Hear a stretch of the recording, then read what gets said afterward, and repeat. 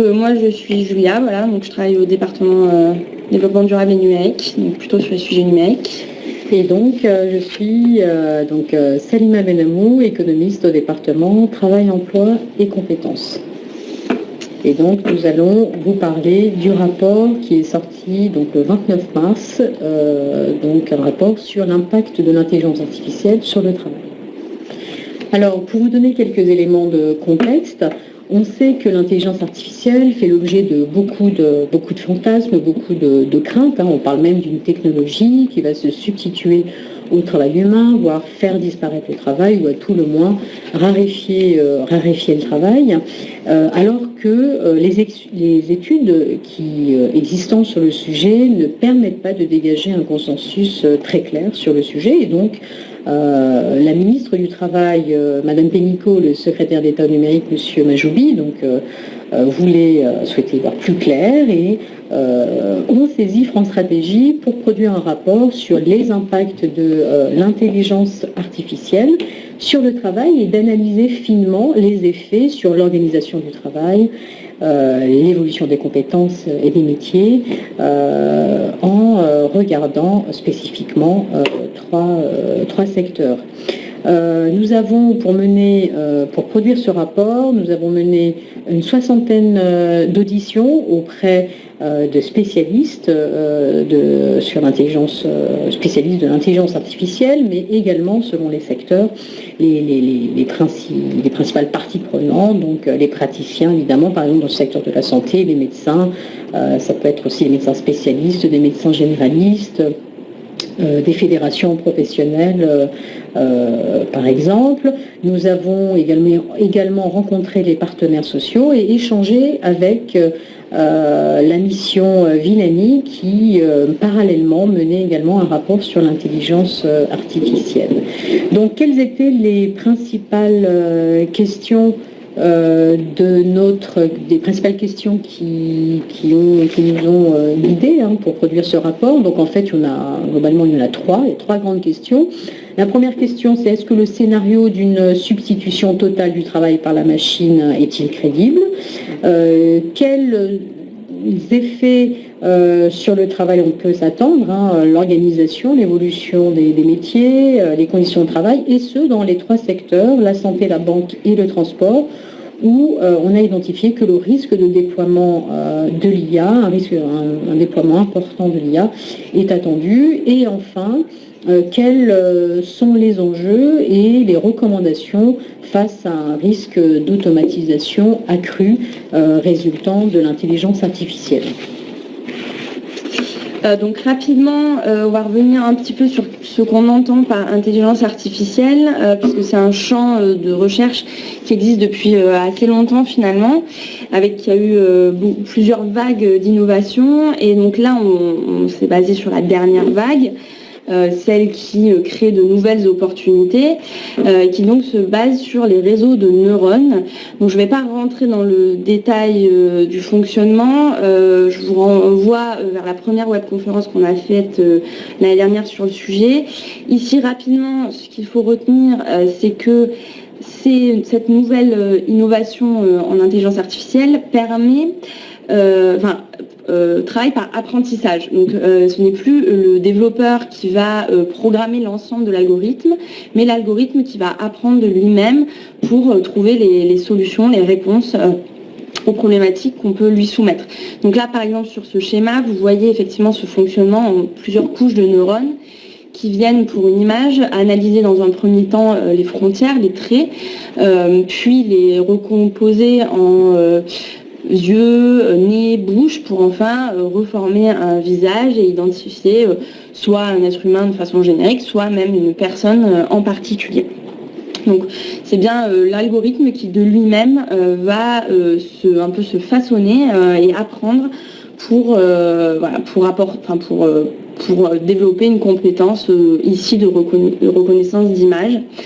Et c'est vraiment ce capacité d'apprentissage et d'adaptation qui est mise en avant aujourd'hui. Et qui donc a permis de réaliser des avancées assez déterminantes finalement pour les machines et les services qu'elles peuvent nous rendre, puisque aujourd'hui elles sont capables de développer une capacité à réaliser des tâches cognitives, ce qui est vraiment nouveau dans l'automatisation, hein, puisque jusque-là on était plutôt sur la tâche répétitive et physique. Là on est sur de la tâche cognitive, qu'elle soit simple ou complexe d'ailleurs, mais ce qui est important, c'est qu'elle soit dans un cadre bien déterminé et sur une tâche bien spécifique. Donc là, sur ces schémas, vous voyez par exemple que les machines, ce sont les algorithmes d'intelligence artificielle, rivalisent avec les êtres humains en termes de taux d'erreur et de performance sur la reconnaissance d'images. Et on voit la progression là, sur les années vraiment très rapides. Hein. En 4-5 ans, le taux d'erreur de la machine a drastiquement chuté pour venir rivaliser avec l'humain sur cette tâche bien spécifique de la reconnaissance d'image et également de la reconnaissance de la parole. Alors qu'avant ça stagnait, et puis là avec cette nouvelle innovation de l'apprentissage du réseau de neurones, on a des performances vraiment importantes et qui changent profondément leur capacité. Donc voilà, une fois qu'on a ces innovations qui permettent de réaliser des tâches, on se demande dans quelle mesure elles vont être déployées et avoir un impact sur les secteurs et sur le travail dans ces secteurs-là. Et là, ce qui est important de noter, c'est qu'au-delà de la maturité de la technologie, il y a d'autres aspects déterminants pour le déploiement de l'intelligence artificielle dans les différents secteurs. Il faut notamment que les données soient disponibles. Dans un premier temps, pour que les intelligences artificielles puissent s'entraîner dessus, comme on l'a vu, voilà, elles ont besoin de s'entraîner, d'apprendre sur des schémas.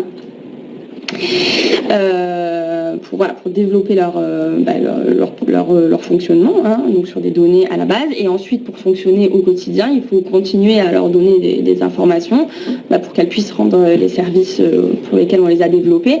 Et donc ça demande à ce que les secteurs soient déjà avancés dans leur transition numérique et qu'ils aient déjà numérisé un certain nombre de tâches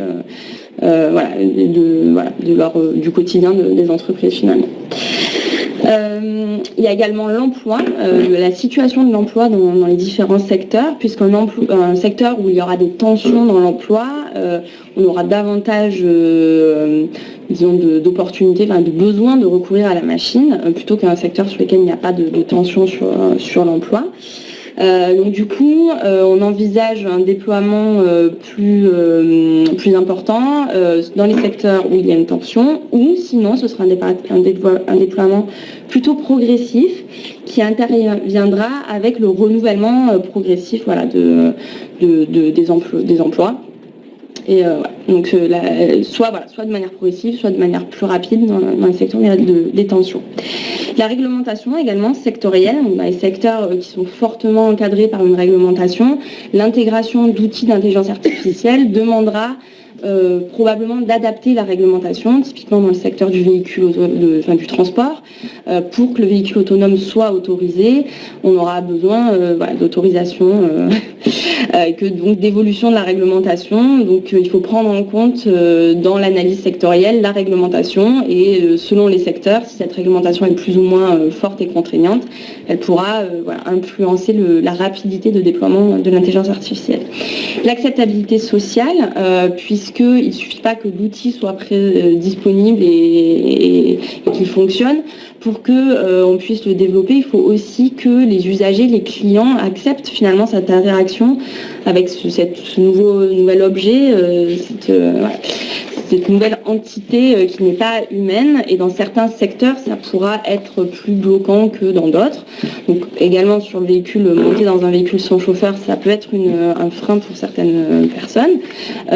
Également dans la santé où le relationnel est très important. Voilà. Donc selon les secteurs, l'acceptabilité sociale sera plus ou moins un frein au déploiement de ces outils. Et enfin, les compétences des travailleurs pour, d'une part, mettre en place ces outils, les intégrer au fonctionnement des entreprises dans les différents secteurs, Il va falloir avoir des personnes compétentes en la matière pour faire cette intégration, mais aussi au quotidien, pour travailler avec ces nouveaux outils.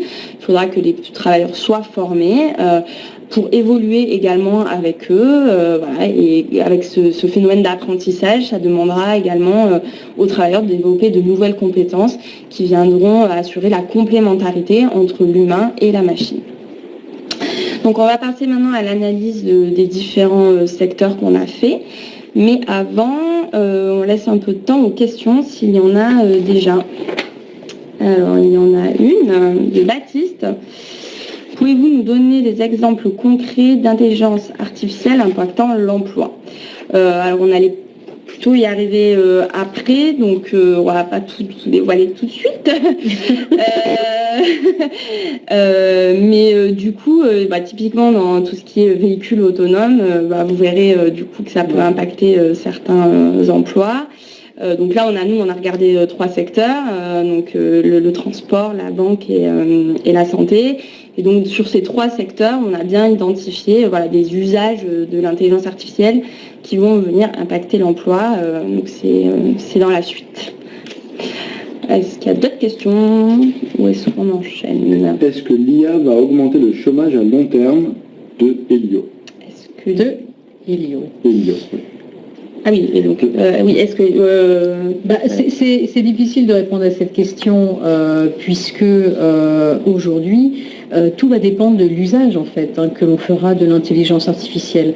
Si on est si les organisations vont valoriser la complémentarité homme-machine, elles pourront à la fois, ça pourra avoir un impact positif sur l'emploi, transformer évidemment les compétences et les métiers. Si on prend par exemple dans le secteur de la santé, certains systèmes de santé, tels qu'aux États-Unis, Healthcare Intermountain Healthcare, ce sont des systèmes de santé qui investissent beaucoup en intelligence artificielle, qui ont introduit de l'intelligence artificielle dans l'environnement professionnel de tous les professionnels de santé, mais en même temps, ils recrutent beaucoup de personnel de santé pour la prise en charge des patients, parce que en fonction des besoins sociétaux, en fonction des pathologies dans certains territoires, eh bien, l'intelligence artificielle peut améliorer les stratégies de prévention, peut améliorer l'identification de certaines pathologies dans des territoires, et ça peut augmenter les besoins en professionnels de santé pour une prise en charge des maladies. Je reviendrai un peu plus tard sur ce secteur pour pouvoir expliquer pourquoi on sera plus vers une complémentarité qu'une substitution. On a également une question de Catherine sur pourquoi avoir choisi ces secteurs-là. Donc on a choisi ces secteurs-là parce que pour plusieurs raisons. D'une part, ils étaient assez divers. Certains étaient plus sur du service, d'autres sur quelque chose de plus industriel. Donc c'est intéressant pour nous de voir toute la palette comme ça d'usage de l'IA sur des services comme la banque ou la santé ou de l'industrie plutôt sur le secteur du transport.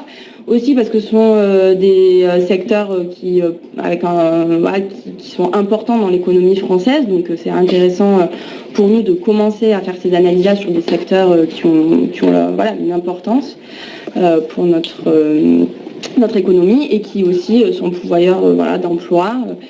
Donc on a choisi ces 3-là pour ces différentes raisons. Il y en a d'autres qui pourraient être intéressants et de toute façon vous verrez à la fin, mais l'idée c'est effectivement que ce type d'analyse puisse être reproduite sur différents secteurs. Alors, une question de Marc. Pour l'instant, l'IA égale compétences humaines. Va-t-elle les dépasser ? L'IA n'est pas égale aux compétences humaines. Ça, c'est vraiment une première chose. L'intelligence artificielle, elle peut prendre en charge, comme l'a rappelé Julia, elle peut prendre en charge des tâches qui sont cognitives, qui sont traditionnellement réalisées par l'humain, mais elle ne peut pas prendre en charge des compétences humaines comme la prise de risque, la créativité. L'IA n'est pas une technologie autonome, comme l'a rappelé Julien, c'est une technologie qui suit des process, des règles et des normes bien prédéterminées. Et donc tout ça constitue des limites très fortes et puis ça permet de différencier ce que peut faire l'IA à la place du travail humain, mais ce qu'elle ne pourra pas faire sur certaines compétences qui nécessitent, qui font appel en fait à des compétences fondamentalement humaines. Est-ce que l'IA pourra les dépasser? Moi, je n'y crois absolument pas, et je pense qu'aucune personne qui se penche sur ce sujet peut dire que l'IA va dépasser les compétences humaines. Je pense que ça relève plus du fantasme que de la réalité. Oui, c'est vrai qu'aujourd'hui, technologiquement, on n'en est pas là et on n'est pas capable de prédire si un jour ça sera possible. Donc on entend beaucoup parler, mais c'est pas, ça reste du domaine encore du fantasme. Une question de Pierre aussi sur quels seront les nouveaux métiers. Donc là, également, on va un petit peu en parler après. Mais du coup, il y aura un besoin de manière générique de personnes qui ont des compétences pour développer ces intelligences artificielles. Alors, d'un point de vue déjà de la recherche, il y a déjà un besoin là, mais après aussi d'un point de vue très opérationnel dans chaque entreprise finalement, puisque l'intelligence artificielle est un outil générique qui après il faudra utiliser à chaque niveau. Dans chaque entreprise et là ça demandera aussi de nouveaux emplois d'intégration en quelque sorte.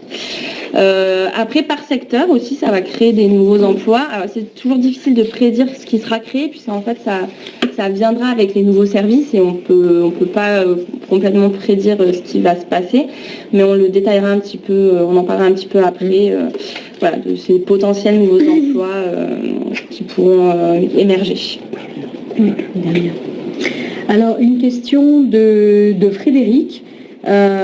Donc, Frédéric qui demandait, qui posait... Alors, si on peut... Voilà. Est-ce qu'on peut reprendre cette question? Donc, est-ce que... Je sais pas. Est-ce que l'intelligence... Est-ce que l'intelligence... Alors, je ne me rappelle plus la question. Il y avait une question de Frédéric. Les médecins qui s'éloigneront du diagnostic d'une IA verront leurs responsabilités mises en cause par les assurances, les malades et les juges. Alors la remise en cause de la responsabilité, en tout cas la responsabilité du médecin, ce qu'il faut savoir c'est que déjà un médecin s'éloigne toujours d'un diagnostic qui se base sur des résultats moyens. Donc il doit évidemment justifier, expliquer pourquoi il a fourni ce diagnostic, mais également pourquoi il a proposé tel ou tel traitement thérapeutique. Donc est-ce que ça peut être mis en cause? Ça relève plus des questions de responsabilité et d'éthique que pose l'intelligence artificielle dans ce secteur. Mais je pense que pour éviter ce type de risque, en fait, il y a la question de la formation et la capacité des professionnels de santé à contrôler, toujours à contrôler la machine, donc pouvoir challenger les décisions que propose la machine. C'est vraiment essentiel pour que les médecins, les professionnels de santé soient en mesure de justifier pourquoi ils s'écartent ou pas des recommandations proposées par une intelligence artificielle. Donc une dernière question d'Isabelle sur quelles compétences pour les jeunes pour s'adapter. Donc on va y revenir par la suite. Ça fait d'ailleurs partie des recommandations de la fin du rapport. Donc on va passer à la suite du coup, comme ça vous pourrez avoir une réponse à toutes ces questions. Donc les enseignements autour des différents secteurs que nous avons étudiés. Salima. Alors dans le secteur de la santé, si je reviens aux questions qu'on avait citées au tout début, donc la première question c'était est-ce que le scénario d'une substitution totale du travail humain par de l'intelligence artificielle est un scénario crédible. Nous pensons spécifiquement dans le secteur de la santé, que ce scénario n'est pas crédible et qu'il y aura toujours des professionnels de santé, car justement, les tâches qui composent leur métier ne sont pas toutes automatisables. Et on pense même qu'il peut y avoir une plus forte demande de professionnels de santé, comme je l'avais dit, si les stratégies de prévention étaient de plus en plus, du moins s'améliorer grâce à l'intelligence artificielle. Donc à quoi cela tient? Pourquoi nous pensons que ce scénario n'est pas crédible? Cela tient à ce que l'intelligence artificielle, notamment dans le champ de la médecine, ne peut pas intégrer parfaitement toute la complexité qui caractérise ce champ-là. Et cette complexité provient de trois choses, de la discipline elle-même, de l'existence d'une relation qui est fortement médiée entre une équipe médicale et son patient, mais également de la nécessité de prendre en compte l'environnement socio-économique de chaque patient. Et ça, une intelligence artificielle ne peut pas prendre en charge cette complexité-là. Par exemple, elle peut prendre une décision en s'appuyant sur des connaissances, des recommandations médicales, certes les plus actualisées, mais qui se basent sur un patient moyen, et ce patient est rarement le patient réel qu'une équipe médicale a devant elle. Donc l'IA ne peut pas élaborer de manière autonome une stratégie de prise en charge totalement adaptée à un patient spécifique. Si on prend l'exemple de la proposition thérapeutique, cela nécessite de négocier, d'influencer, bref, de dialoguer avec le patient pour adapter le traitement en fonction de ses prédispositions, et le dialogue et l'écoute, la qualité de l'écoute, ce sont des activités qui fondamentalement relèvent des compétences sociales et humaines qui sont intrinsèques à chaque personne et qui ne peuvent pas être prises en charge par une machine. Enfin, cette complexité peut également s'expliquer par le fait que l'IA fonctionne bien sur des phénomènes explicatifs simples, des phénomènes mécaniques, mais également sur des pathologies qui sont très ciblées, comme comme l'a dit Julia, la détection d'une tumeur cancéreuse. Donc l'IA peut devenir de plus en plus performante sur un champ très ciblé, mais que se passe-t-il lorsque le patient présente plusieurs pathologies? Or, les besoins en matière de santé vont nécessiter un système qui sera de plus en plus dédié à la gestion, à la prévention des polypathologies au long cours, et avec un fort volet psychologique et comportemental. Et les modalités d'action vont nécessiter en fait une interaction très étroite, humaine, avec les patients. Alors, nous avons identifié plusieurs champs d'application potentiels de l'intelligence artificielle dans ce secteur. On en a identifié 6. Le diagnostic et la proposition thérapeutique, la prévention et la santé publique, le suivi de traitements personnalisés, la chirurgie avec les smart robots, la recherche clinique et les métiers du care avec les robots sociaux.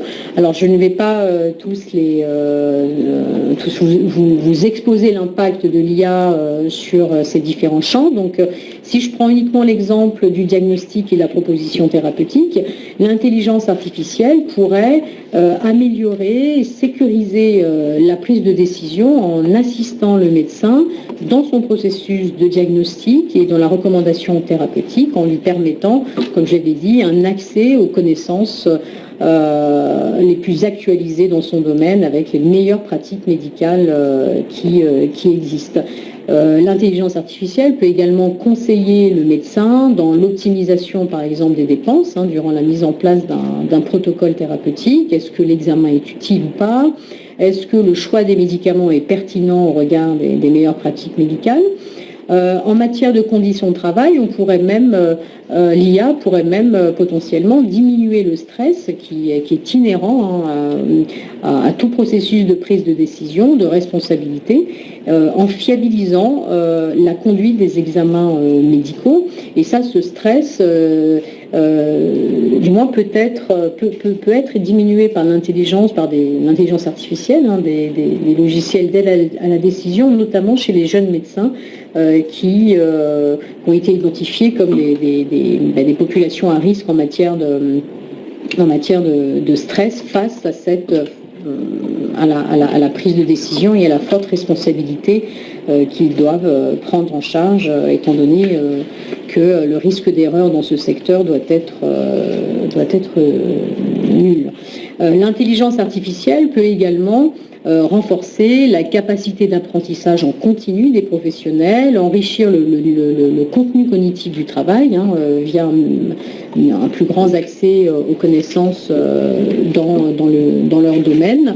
L'intelligence artificielle peut également accroître les niveaux de compétences techniques des professionnels de santé, car ils vont devoir garder le contrôle sur la machine, donc comprendre pourquoi la machine va proposer tel diagnostic et telle recommandation thérapeutique. Et ça va nécessiter des connaissances très pointues dans leur domaine, de bien gérer le savoir qui existe dans leur domaine, et ça peut favoriser une augmentation des compétences techniques. Mais il y a également des risques que nous avons identifiés, même plusieurs risques.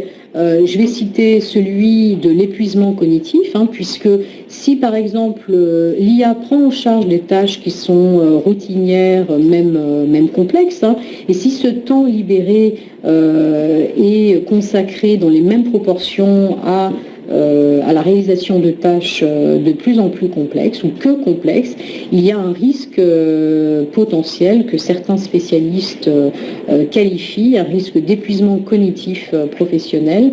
Et c'est un risque qu'il ne faut pas sous-estimer, et ça pose la question de la gestion du temps que peut libérer l'intelligence artificielle. Que faire si l'intelligence artificielle ne conduisent à réaliser des tâches qui sont uniquement complexes. Enfin, l'intelligence artificielle peut améliorer le dialogue entre patients et médecins, si évidemment ce temps libéré est consacré au dialogue. Cela pourrait même placer le dialogue à un tout autre niveau entre le patient et les professionnels de santé. En effet, le besoin de transparence et d'explication vont devenir de plus en plus importants grâce à un meilleur accès aux connaissances permis par l'intelligence artificielle, notamment en destination des associations de patients. Et donc, le médecin devra de plus en plus motiver les raisons d'avoir suivi ou pas les recommandations fournies par l'intelligence artificielle. Il devra justifier son protocole et l'expliquer aux patients. Et donc, je vais m'arrêter là pour le secteur de la santé. Concernant les secteurs de la banque, nous nous sommes concentrés à la banque de détail. Nous avons identifié plusieurs outils à base d'IA, que ce soit donc les chatbots, des solutions à base d'IA qui permettent d'améliorer l'optimisation des portefeuilles d'investissement. Si on se limite au rôle des conseillers, des chargés de clientèle, nous pensons que en matière de travail, l'intelligence artificielle pourrait modifier le rôle des conseillers en renforçant le volet accompagnement des clients, donc c'est-à-dire que les tâches les plus répétitives qui concernent la collecte de données, les procédures de contrôle, par exemple, ce sont des tâches qui dépendent de règles et de normes bien déterminées, et ces activités peuvent être optimisées par de l'intelligence artificielle. Et donc ce temps libéré pourrait permettre aux conseillers de se consacrer plus sur l'accompagnement des clients de manière plus individualisée. Et donc ça, c'est une évolution également en matière de compétences, puisque ça nécessite des compétences sociale de plus en plus importante. Il y a d'autres activités également dans les organisations dans ce secteur qui peuvent être impactées par l'IA, notamment les services en ressources humaines. Nous pensons que ces services ne devraient pas connaître une automatisation complète de leurs tâches. Il y a certaines solutions RH à base d'IA d'ailleurs qui commencent à émerger, comme l'identification de jeunes talents partout dans le monde, d'affiner le processus de sélection des CV. Mais il y a d'autres activités qui sont plus complexes, qui renvoient à la gestion anticipée des compétences ou à la gestion même des équipes pour favoriser la coopération. Eh bien, ce sont des compétences qui sont fondamentalement sociales, humaines, mais également éthiques. Et nous pensons que les services RH ne seront pas complètement automatisés et pris en charge par la machine. Donc, dernier secteur que nous avons étudié, le secteur des transports. Donc là, on a regardé trois différents types d'activités. Donc d'une part, le transport de voyageurs et le transport routier, où là, donc, les usages de l'intelligence artificielle sont évidemment le véhicule autonome, qui est une innovation dont on entend beaucoup parler. À savoir que dans le cadre de ces travaux, nous sommes limités au véhicule autonome de niveau 4. Donc je vous laisse regarder dans le rapport pour avoir plus de détails sur ces différents niveaux d'autonomie des véhicules intelligents. Juste pour préciser ici, le véhicule de niveau 4 donc, est capable de conduire de manière autonome dans des conditions bien spécifiques, notamment sur les autoroutes par exemple, puisque c'est dans un cadre bien balisé et sans présence de piétons par exemple, mais aussi sur les navettes, par exemple il y a déjà des tests en France et à l'étranger de petites navettes autonomes qui circulent dans des lieux ouverts aux piétons, et là on est quand même sur des circuits bien délimités que la navette connaît et pour laquelle elle a été appris à fonctionner dans ce périmètre-là et pas au-delà. Donc on reste sur du niveau 4, donc le véhicule autonome dans des circonstances bien précises et donc pas sur de la circulation en ville par exemple avec des piétons et d'autres véhicules autour et sur des trajets non anticipés, disons.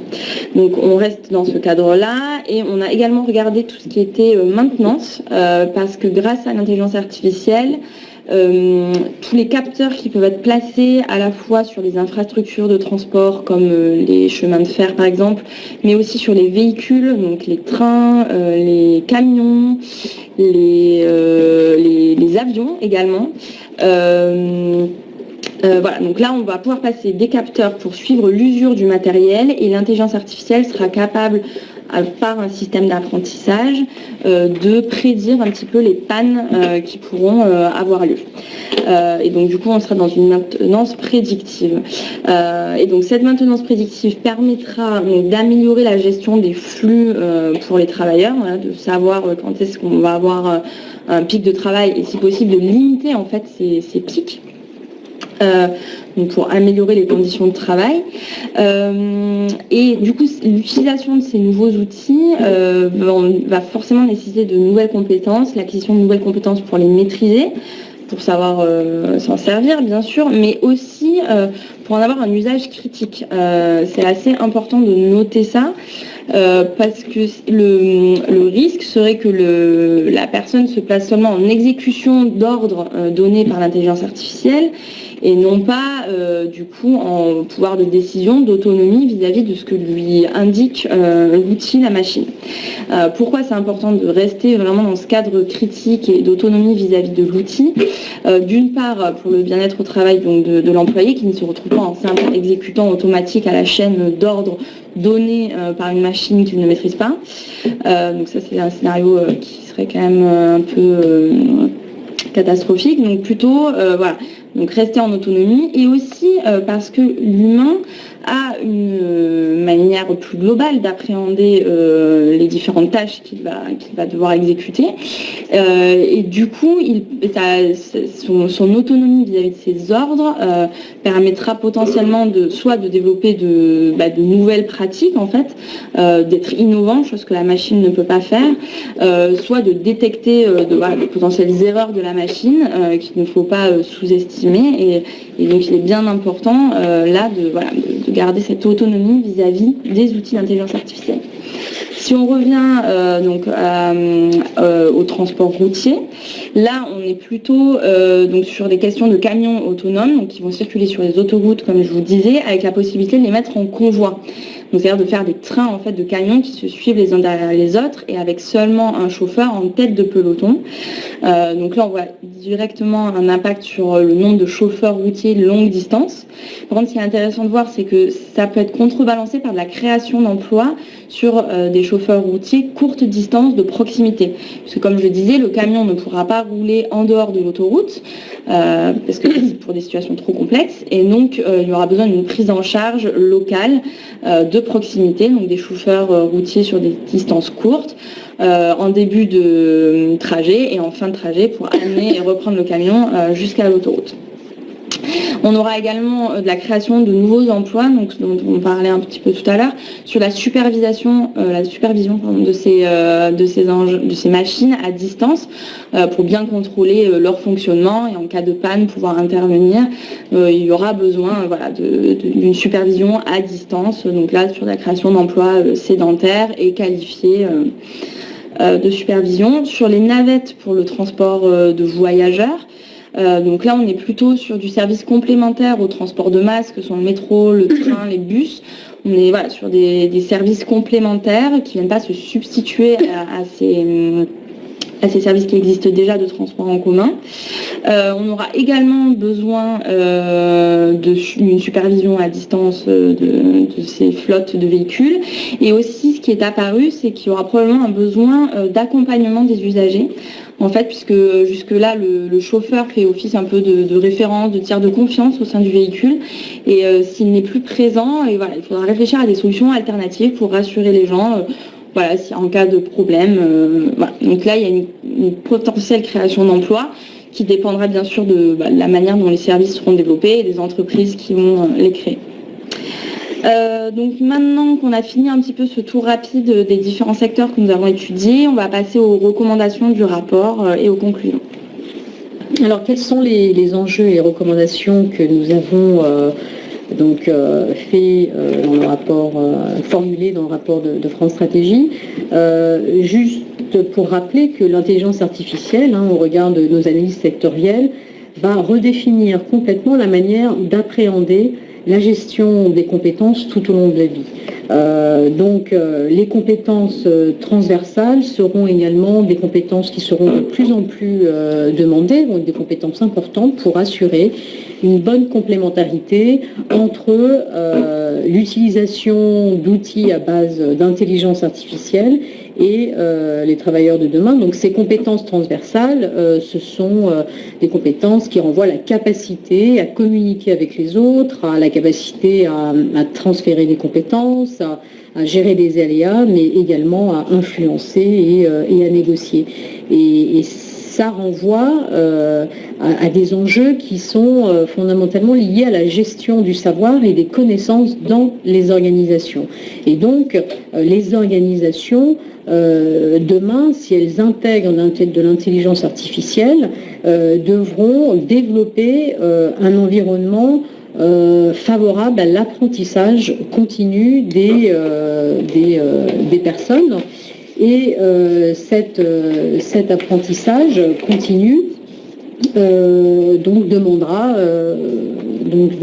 évidemment aux travailleurs de pouvoir s'adapter à un environnement de plus en plus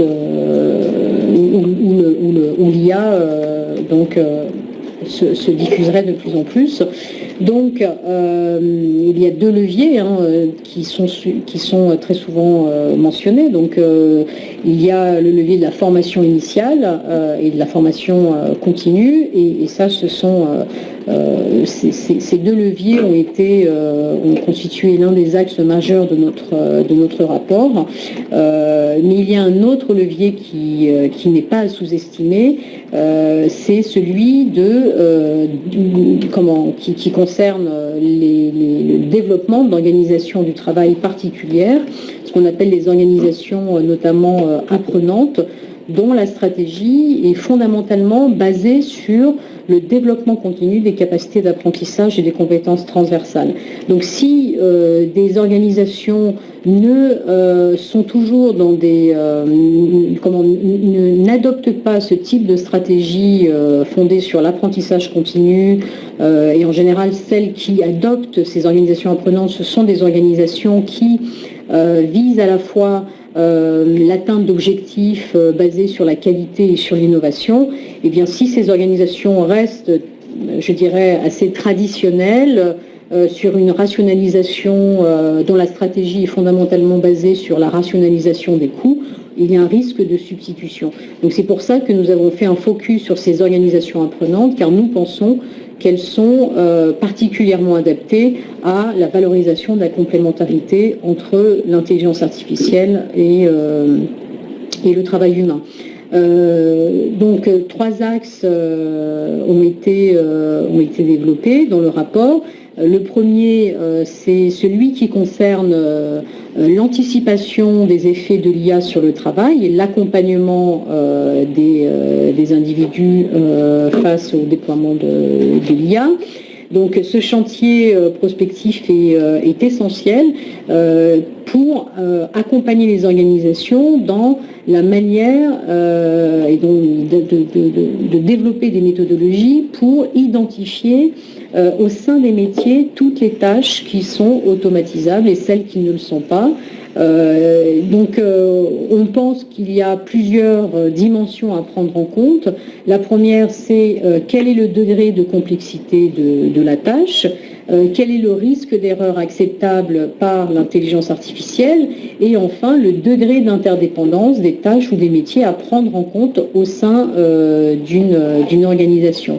Et ce chantier prospectif devrait être décliné par secteur et porté par les fédérations professionnelles, par les entreprises également elles-mêmes, de telle manière à anticiper leurs futurs besoins lors de la mise en place d'un environnement, lors de la mise en place de l'intelligence artificielle. Le deuxième axe, c'est d'assurer la formation évidemment des individus aux enjeux de l'IA, donc que ce soit au niveau de la formation initiale ou de la formation continue. Donc il va falloir doter les personnes, leur donner les capacités à détenir des compétences en informatique pour déployer les systèmes à base d'intelligence artificielle. En parallèle, il faudra également des compétences de pointe en intelligence artificielle, mais il faudra également former les individus pour qu'ils soient conscients des enjeux techniques, des enjeux juridiques, économiques, mais également éthiques que pose le recours d'outils à base d'intelligence artificielle. Et enfin, un troisième axe qui est celui de la sécurisation des parcours professionnels pour les secteurs qui sont fortement impactés par de l'intelligence artificielle. C'est la manière de sécuriser les parcours professionnels.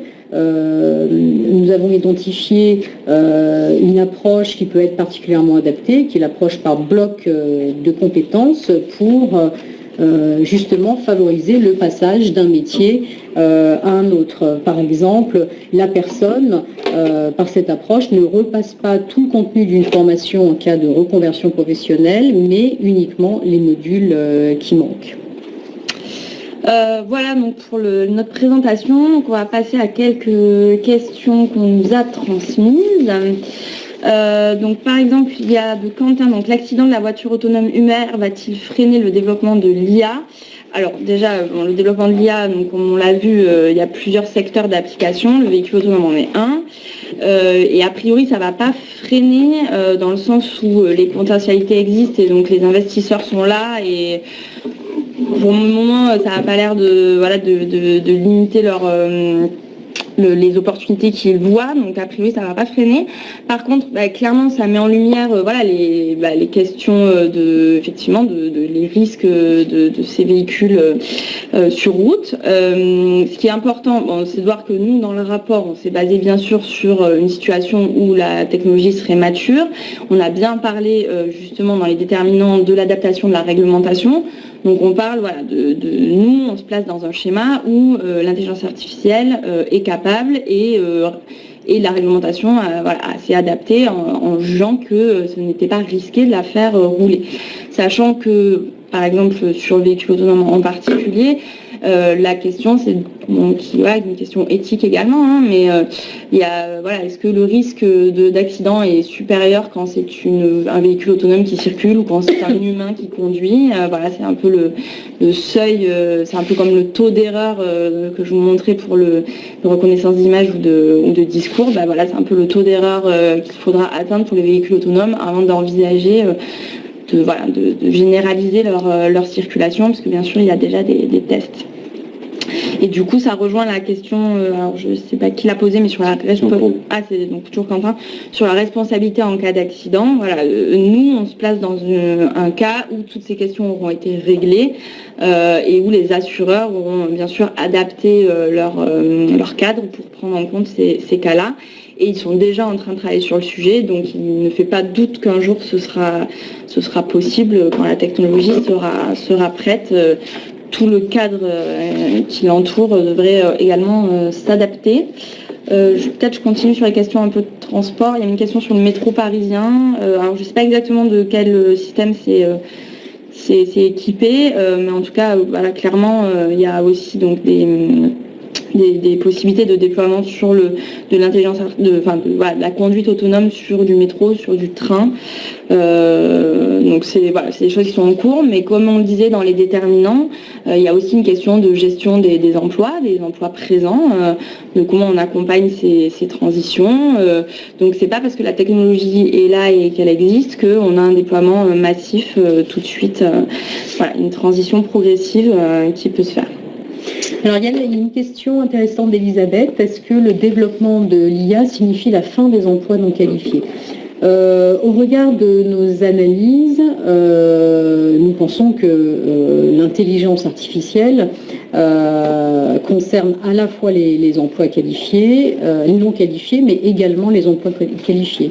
Ce que l'on avait dit avant, c'est que l'intelligence artificielle, elle peut être performante, mais à partir du moment où elle s'inscrit dans un cadre bien précis et l'intelligence artificielle ne peut pas prendre en charge des compétences qui sont fondamentalement sociales et humaines.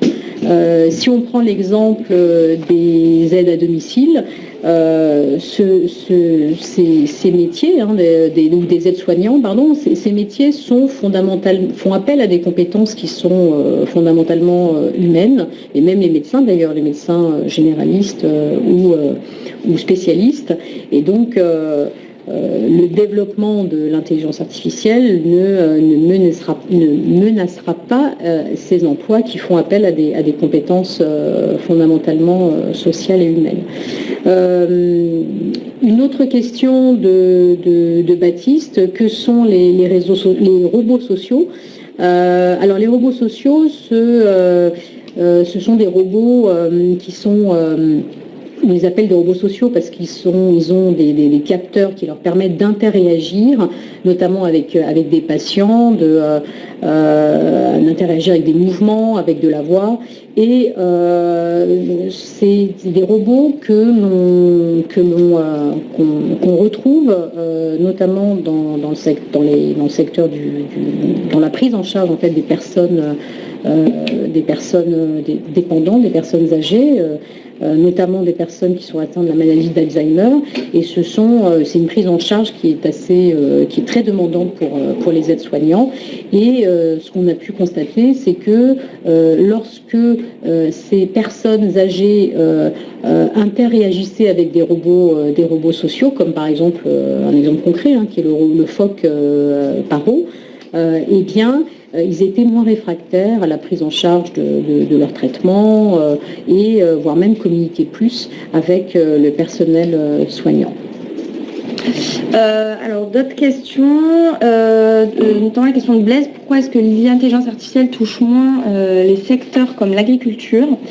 Alors en fait l'intelligence artificielle peut avoir des applications dans beaucoup de secteurs, y compris l'agriculture, notamment par exemple pour l'optimisation du traitement des champs. Par exemple, on l'a vu et on l'a un peu plus abordé dans le précédent rapport qu'on a produit donc l'an dernier.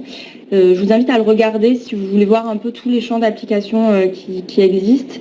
Mais typiquement, vraiment, l'intelligence artificielle peut avoir des applications dans tous les secteurs. Après, c'est peut-être plus ou moins visible pour les usagers que nous sommes, mais voilà. Mais il n'y a pas forcément de secteur épargné entre guillemets, ou du moins qui n'a pas d'opportunité. On va plutôt le voir positivement avec l'intelligence artificielle. Ensuite, on avait la place du dialogue dans les différents domaines, dans les différents secteurs, je crois, une question de Thierry. Alors je crois que c'était sur le dialogue social. Justement, nous, en fait, ce qu'on a fait là, c'est qu'on a commencé à ouvrir le sujet et à montrer qu'il y aurait des impacts et qu'il y avait besoin justement d'anticiper, c'est dans nos recommandations, que chaque secteur fasse ce travail d'anticipation et pour ouvrir le dialogue, justement. L'idée, c'est bien sûr que les entreprises puissent voir les opportunités qui s'ouvrent, mais aussi qu'elles anticipent les impacts sur le travail et qu'elles ouvrent le dialogue. Ça ne dépend pas de nous, mais c'est bien sûr ce qu'on recommande.